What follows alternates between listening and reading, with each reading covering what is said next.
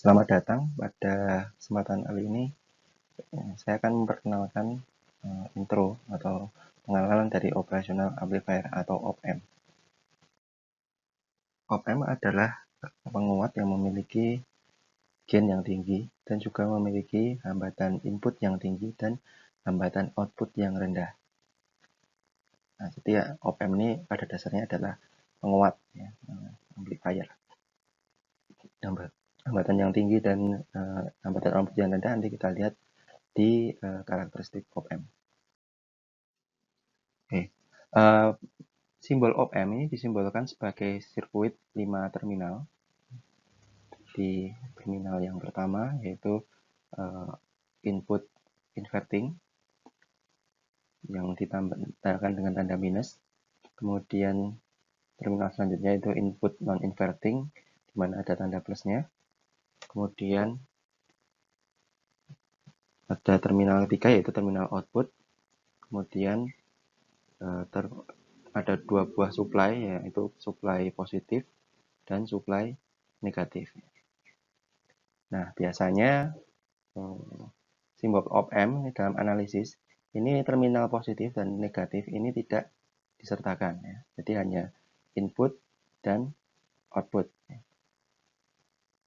Yang diasumsikan op-amp tersebut sudah disuplai oleh power supply positif VCC dan power supply negatif VII. Kemudian realisasi dari op-amp ini sejatinya op-amp ini adalah penguat diferensial. Di simbol op-amp ini sebenarnya adalah penguat diferensial. Nah, pada implementasinya kita menggunakan IC op-amp. Di IC yang ada di pasaran ini yang banyak kita pakai yaitu adalah IC 741. Jadi di dalam IC 741 di dalamnya terdapat penguat diferensial, kemudian ada beberapa subsirkuit yang lain seperti current mirror, kemudian offset nulling ya, dan yang lainnya. Di IC 741 ini merupakan rangkaian terintegrasi yang berisi dari kita lihat komponen utamanya yaitu adalah transistor. Di dalam analisis seringkali op-amp itu dimodelkan sebagai adalah op-amp ideal. Nah, op-amp ideal ini memiliki beberapa karakteristik. Ya. Antara lain yaitu input impedance ya, yaitu yang di ini. Ini infinite atau tak hingga, sangat besar ya. Tadi kan definisinya input impedance-nya adalah tinggi. Nah, kalau yang ideal itu sangat tinggi sehingga infinite ya, tak hingga.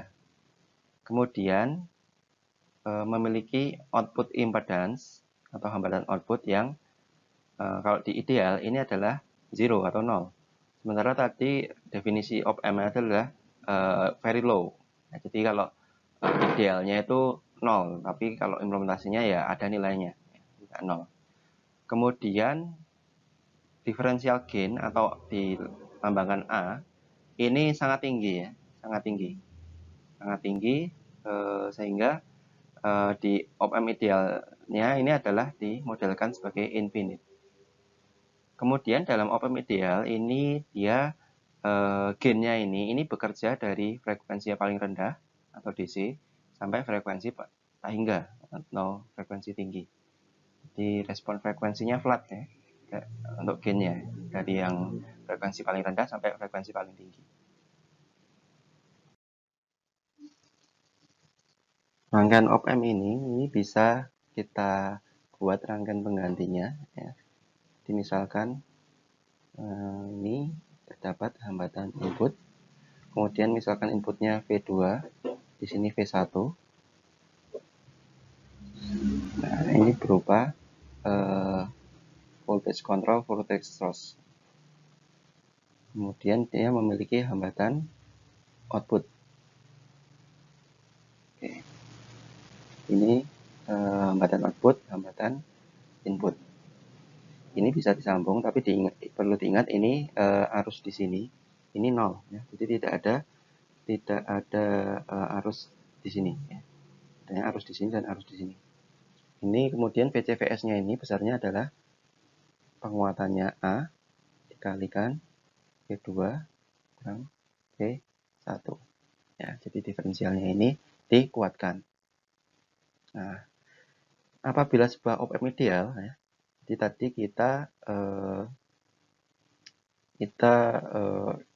hambatan inputnya ini dia sangat tinggi, ya, atau infinite, sehingga ini berperilaku karena sangat tinggi berperilaku seperti open circuit. Ya. Nah, jadi ini putus open circuit, kemudian ini V2, V1 ya sama V2, V1, kemudian nah ini hambatan outputnya karena ideal dia 0, ya, dia 0. Ups. Nah, 0 berarti dia berperilaku seperti short circuit. Nah, jadi op-amp ideal ini dia kita bisa modelkan seperti ini. Oke. Ini ideal. Nah, nanti pada pembahasan selanjutnya kita akan bahas model op-amp yang ideal dan tidak ideal. Tidak ideal. Oke.